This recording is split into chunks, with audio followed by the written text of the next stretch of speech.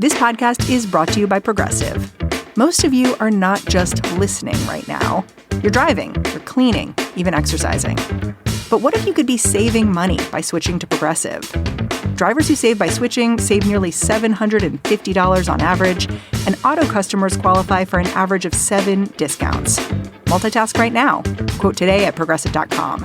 Progressive Casualty Insurance Company and Affiliates. National average 12-month savings of $744 by new customers surveyed who saved with Progressive between June 2022 and May 2023. Potential savings will vary. Discounts not available in all states and situations.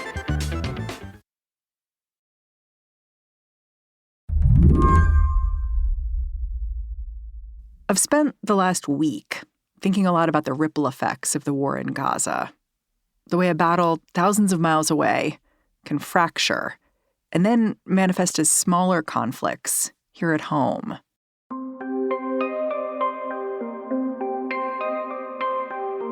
There are those reports of actual violence.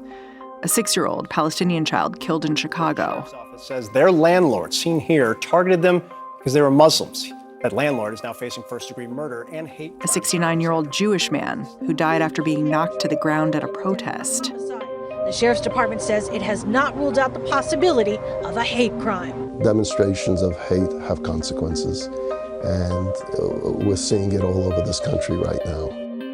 But there are also these acts of rhetorical violence, whether it's people who in the early days cheered Hamas on social media, or people plastering college campuses with pictures of pro-Palestinian advocates calling them anti-Semites. Such intimidation is counterproductive, said Harvard Hillel, a Jewish student. I've clocked dozens of acts that are somewhere in between, things I witness or read about, and come away feeling like I only know a partial truth.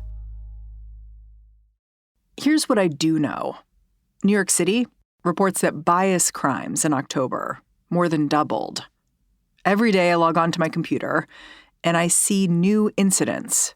A brawl outside a movie theater that's screening footage of Hamas's attack. A bomb threat that forces a Muslim civil rights organization to move their gala. To be honest, in the last week, I've found myself quietly muting parts of my social feed. The parts that have become too strident, too gruesome, too much. That's why I called up Aymann Ismail and Emily Tamkin, because they've refused to look away.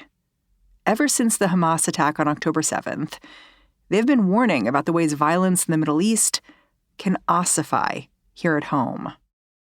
Have you guys read each other's work? Mm-hmm. Of course. Of course. I'm Emily's biggest fan. I don't know if I've told her that. Emily's Jewish and Aymann's Muslim. So on the surface, you might think they've come to this moment from different perspectives, which they have. But if you scratch the surface, you'll see this common aesthetic, a commitment to looking unflinchingly at the humans who are caught up in this war, and considering them quite separately from the political actors at work all around them. While I've been worrying about what I can say or if I can say anything at all, Emily and Aymann have been obsessing over choosing the right words to say exactly what they want. Given how vocal they've each been, I wanted to know how many people they'd had to mute online. When I asked, Aymann burst out laughing. Emily tried to tally it all up. I don't know how many people I've muted over the past month. It's definitely been more than 5. It's just not fun. Everybody's angry. You could say anything and people will find a way to twist it and make it like you're supporting evil, you are evil, you're a baby killer, XYZ. It's not productive and it's embarrassing, honestly. Emily calls what's happening right now context collapse, a term of art for the way online dialogue can get warped, instantly distilled into something that fits preconceived ideas and narratives. This phenomenon is heightened in moments of emotional intensity. Right now, it's not just happening online. If she was not so outspoken already, Emily could see how it would just leave her simply mute. The angriest, most hateful, most violent comments that I personally have seen directed toward me since October 7th have been from other Jewish people.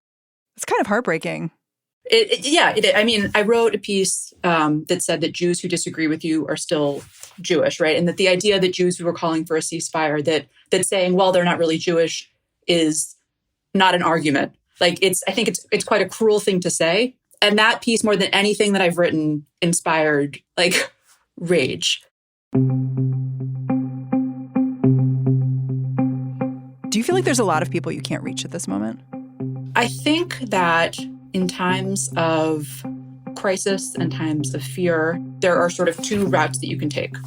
One is that you let that fear envelope you, and you let that fear sort of bring you to your own group, your own tribe, and to see that fear. There is another option, though, which is that fear and pain can actually be, in a sad way, an opportunity to recognize fear and pain in others. It could be an opening.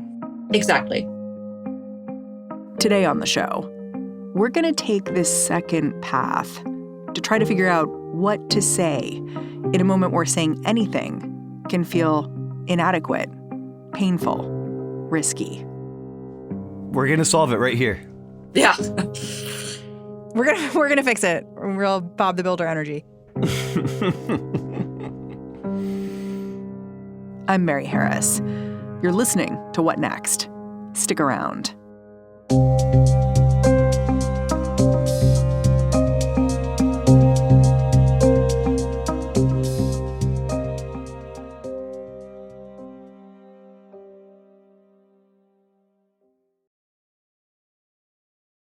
This show is brought to you by Discover. You know, in today's world, it can seem that the best treatment is reserved for only a few. Well, Discover wants to change that by making everyone feel special. That's why with your Discover card, you have access to 24/7 live customer service, as well as $0 fraud liability, which means you're never held responsible for unauthorized purchases. Finally, no matter who you are or where you are in life, you'll feel special with Discover. Learn more at discover.com/creditcard. Limitations apply. This episode is brought to you by SAP. First, the bad news. SAP Business AI will not help you generate cubist versions of your family's holiday photos, but it will help you understand which supplier is best to help you roll out your plant-based packaging in Southeast Asia, or identify the training your junior project manager needs to rise up the ranks, or automate repetitive tasks while you focus on big innovations. So you can be ready for the next opportunity. Revolutionary technology, real-world results. That's SAP Business AI.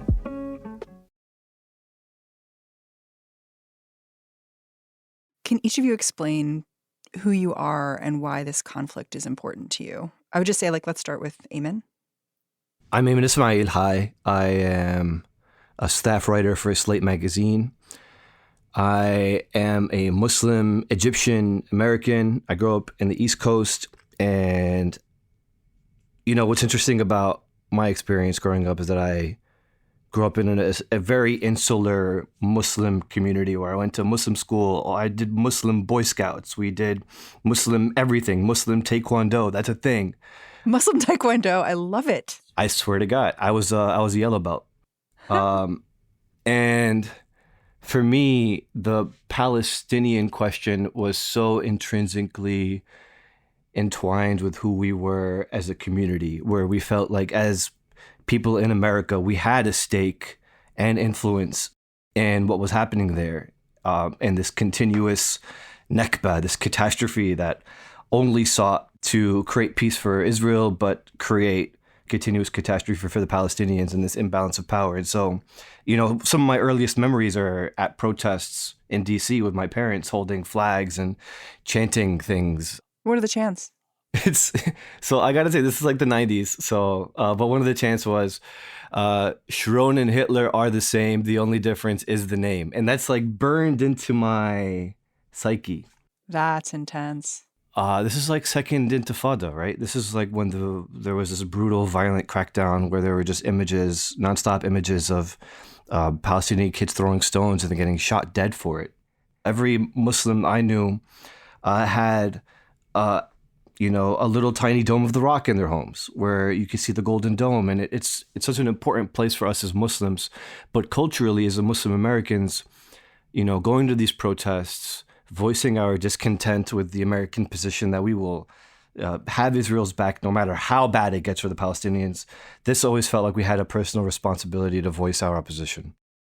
Emily, can you do the same? Just explain why this conflict is meaningful to you and just introduce yourself. Yeah, I'm Emily Tamkin. I'm a journalist and perhaps most relevantly to this conversation, the author of a book called Bad Jews, A History of American Jewish Politics and Identities, which is about how over the last 100 years, American Jews have tried to define who we are in relationship to the country at large, but also in relationship to one another. And what does it mean to be a good Jew in America? And who gets to decide? I feel sort of uncomfortable answering this question only insofar as, this war is not about me. I'm not Israeli American. I'm an American Jew. This is first and foremost about people in Israel and in Gaza. But that said, I think for much of the 20th century, including my own family's, sort of ideological positioning, to be an American Jew is to support Israel. Right. And I think particularly until the last several years, this was really an unchallenged tenet of American Jewish life.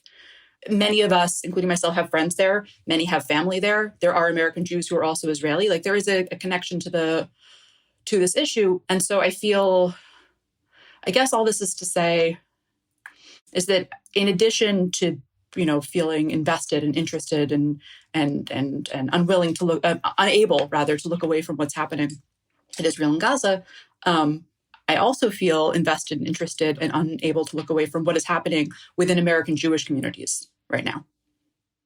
I'm going to ask each of you this question too. Do you feel safe right now? You're shaking your head, Aymann. I'm just terrified to post.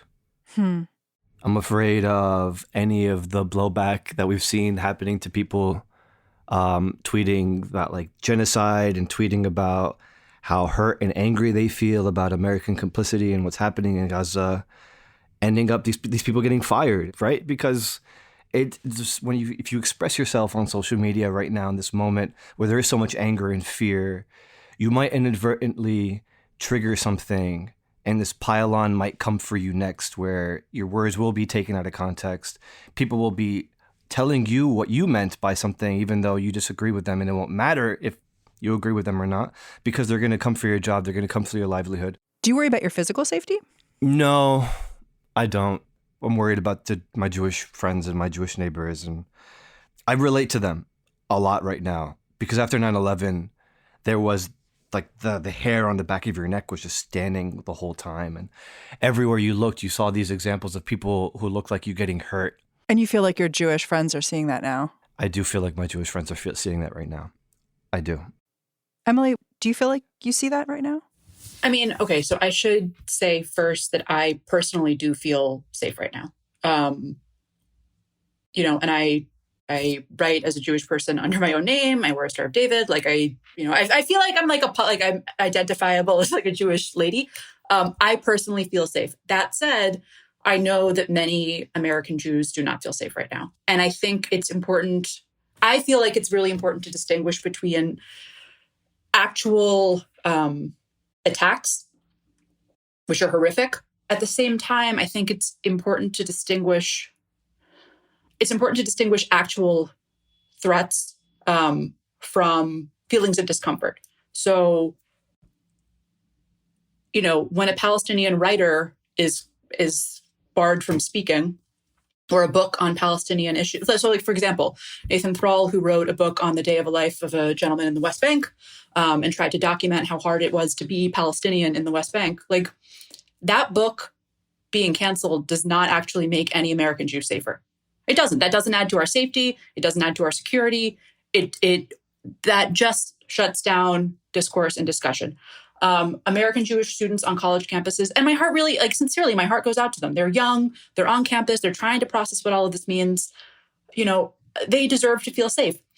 But so do their Muslim American and their Palestinian American and their Palestinian colleagues. And both sides are allowed to protest and to figure out what it means to protest, right? And to figure out how to articulate what it is that you want to say in the political arena. That's part of why you go to university. But I also do worry, especially for young people. I think it is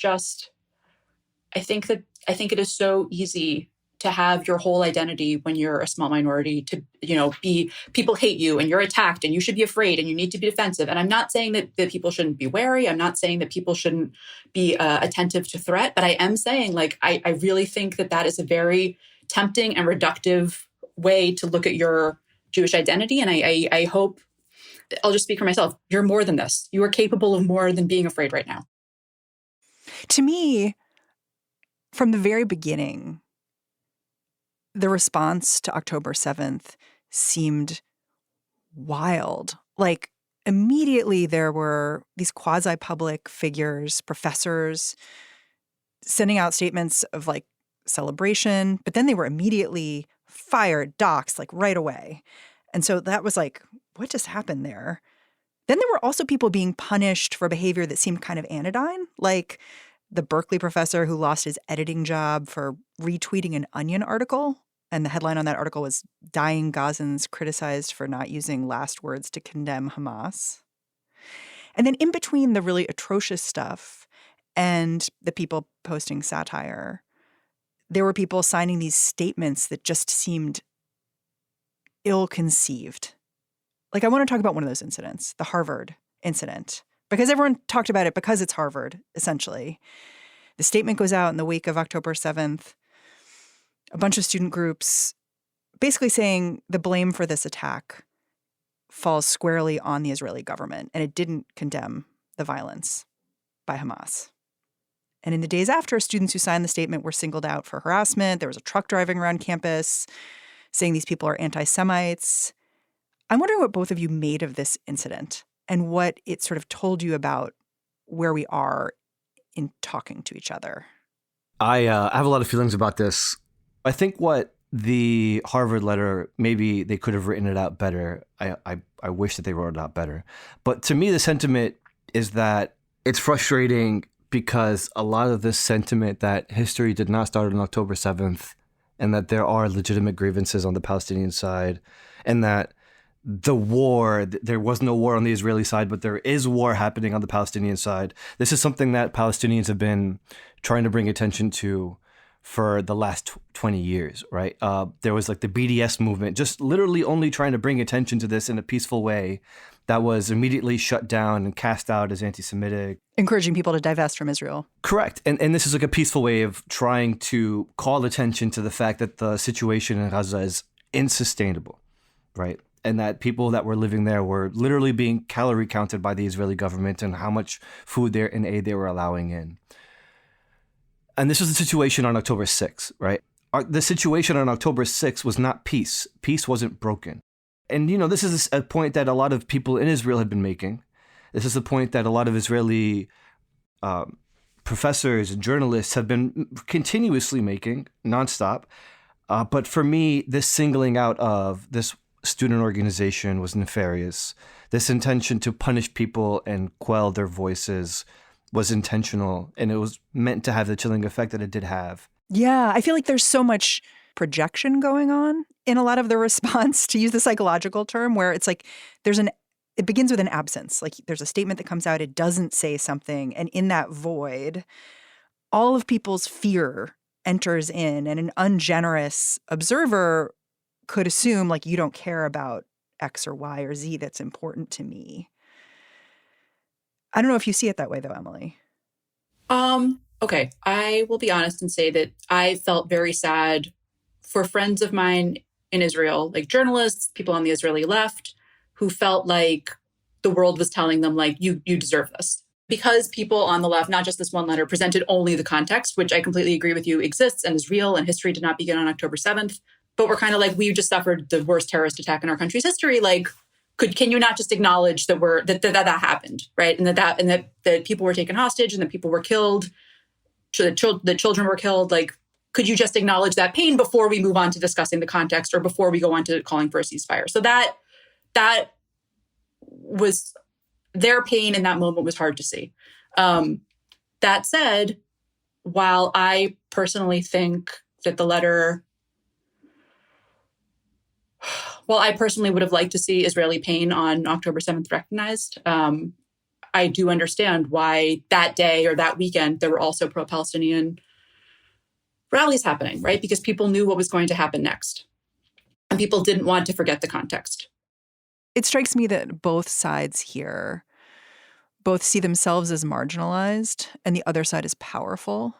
And it's like a fundamental disagreement in terms of an emotional disagreement. And yet what you're both pointing to is like you need to look at the actual structures of power and how they're operating. Yes, exactly. Exactly. And also, I guess I've been saddened by these sort of back and forths about like, the back and forth about who bombed the hospital. Of course, it's important. Like the distinction between whether or not Israel intentionally bombed a hospital, that is not a distinction without a difference. It's important to get to the bottom of what happened, right? Or to do that to the best of your ability.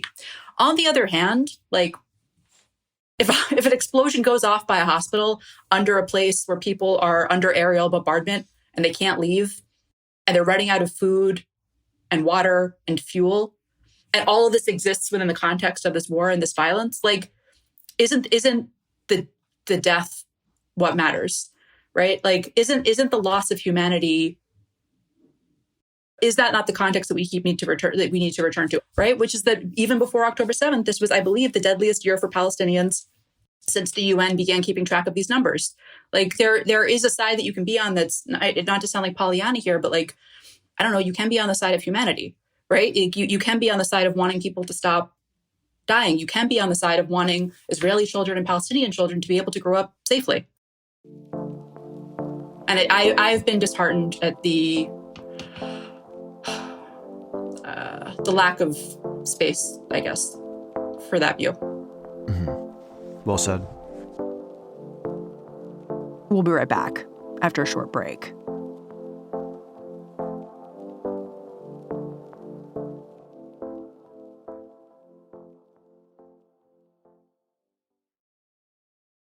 Today, 1 in 3 women are blocked from getting abortion care in their home state.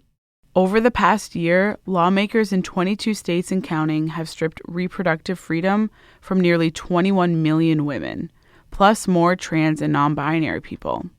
Across the country, politicians are pushing to control bodies, lives, and futures. There's no end in sight. They want a nationwide ban on abortion, and they're also attacking birth control, sex education, care for trans people, and more of our human rights. Planned Parenthood is fighting to make sure everyone can get the care that they need. They'll never back down. They'll never stop fighting, because everyone deserves sexual and reproductive health care, no matter what. You can join the movement and donate today. Visit PlannedParenthood.org/future. First, the bad news. SAP Business AI won't help you generate cubist versions of your family's holiday photos. But it will help you understand which supplier is best to help you roll out your plant-based packaging in Southeast Asia, or identify the training your junior project manager needs to rise up the ranks, and automate repetitive tasks while you focus on big innovations, so you can be ready for the next opportunity. Revolutionary technology, real-world results. That's SAP Business AI. This episode is brought to you by Shopify. That's the sound of switching your business to Shopify, the global commerce platform that supercharges your selling. Harness the best converting checkout and same intuitive features, trusted apps, and powerful analytics used by the world's leading brands. Stop leaving sales on the table. Discover why millions trust Shopify to build, grow, and run their business. Sign up today for your $1 per month trial period at shopify.com/tech23. How do you guys think about silencing other people? Because it seems like there's a lot of attempted silencing going on. Like there's the doxing of people who make statements. There's people ripping down signs of, hostages. Aymann, I guess I'm wondering, like, do you think about that? And like, when is it appropriate to ask someone to take a seat? Yeah, I want to be careful about how I answer this because I do have very strong feelings about this. I come from the East Coast. I grew up in the shadow of New York City. I grew up with graffiti. I grew up with like this idea that the walls are the canvas for the people. And I have never in my life ever seen an NYPD officer arresting somebody for taking down a poster.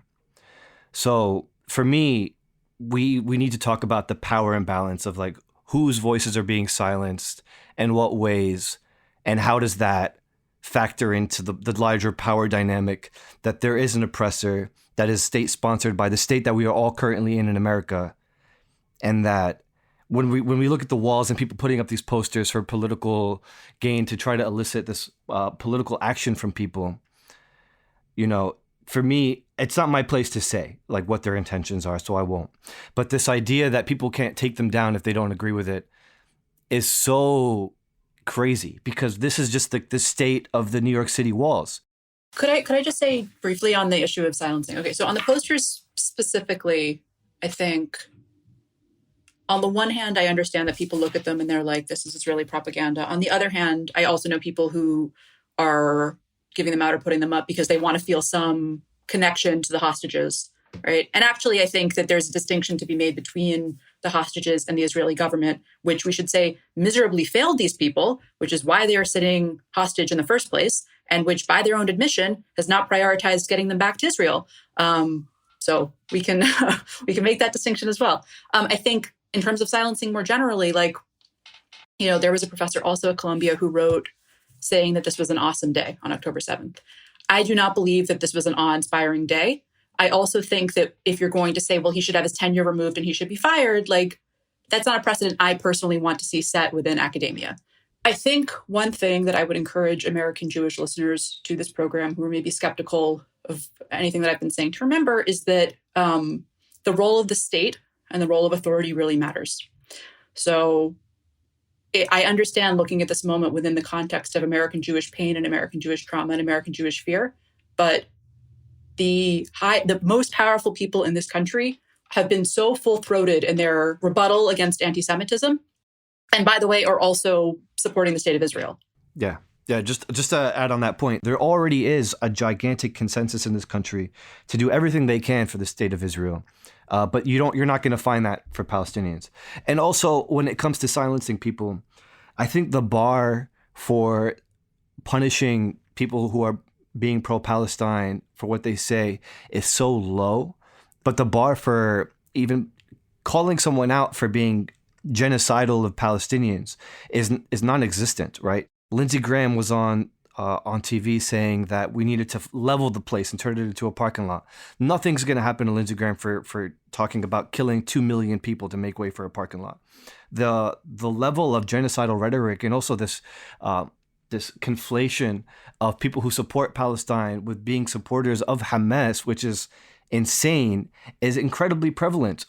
And so if we were to hold that same bar with the other side, it would be a totally different landscape. Do either of you feel like there's a place or a group of people that's having these nuanced cross-cultural conversations well? Like, Aymann, I know that you wrote about a dialogue group called Sisters of Salam Shalom. What did talking to them tell you about right now and like what we could be doing better? Yeah, that piece was interesting.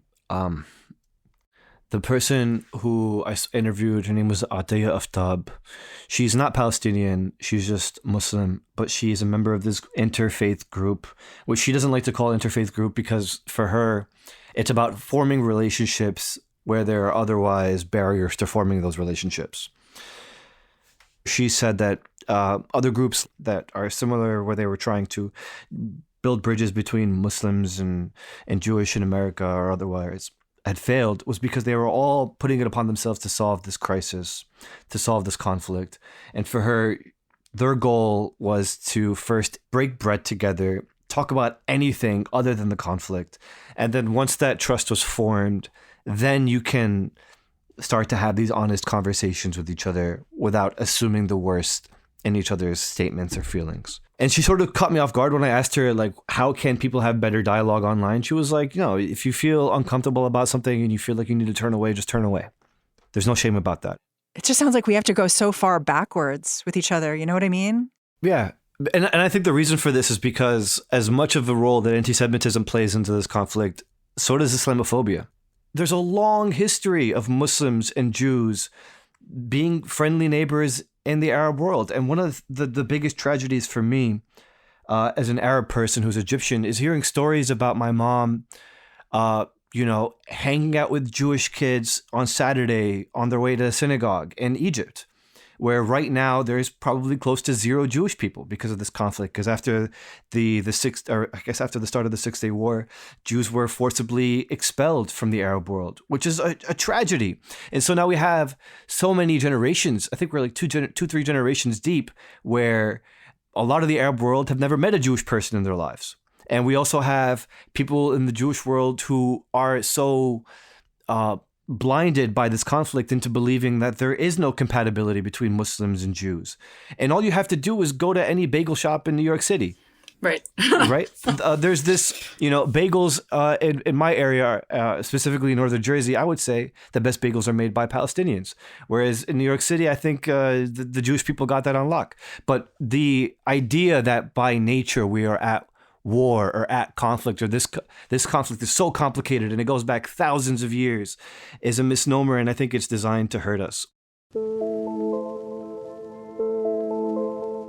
Is there anything giving each of you hope? No. That's dark.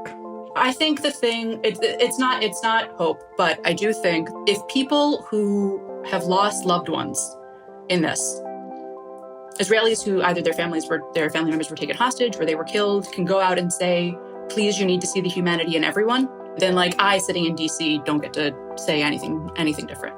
And, again, I understand that I'm asking something of people by saying you need to have empathy, you need to be brave, but you're a human, so you do.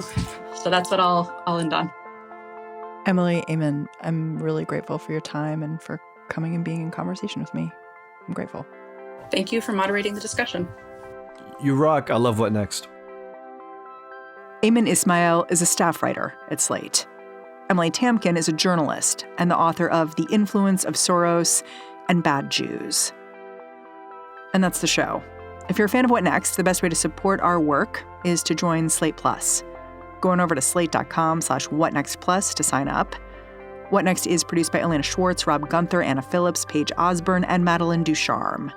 We are led by Alicia Montgomery with a little help from Susan Matthews. And I'm Mary Harris. Thanks for listening. I'll catch you back here next time.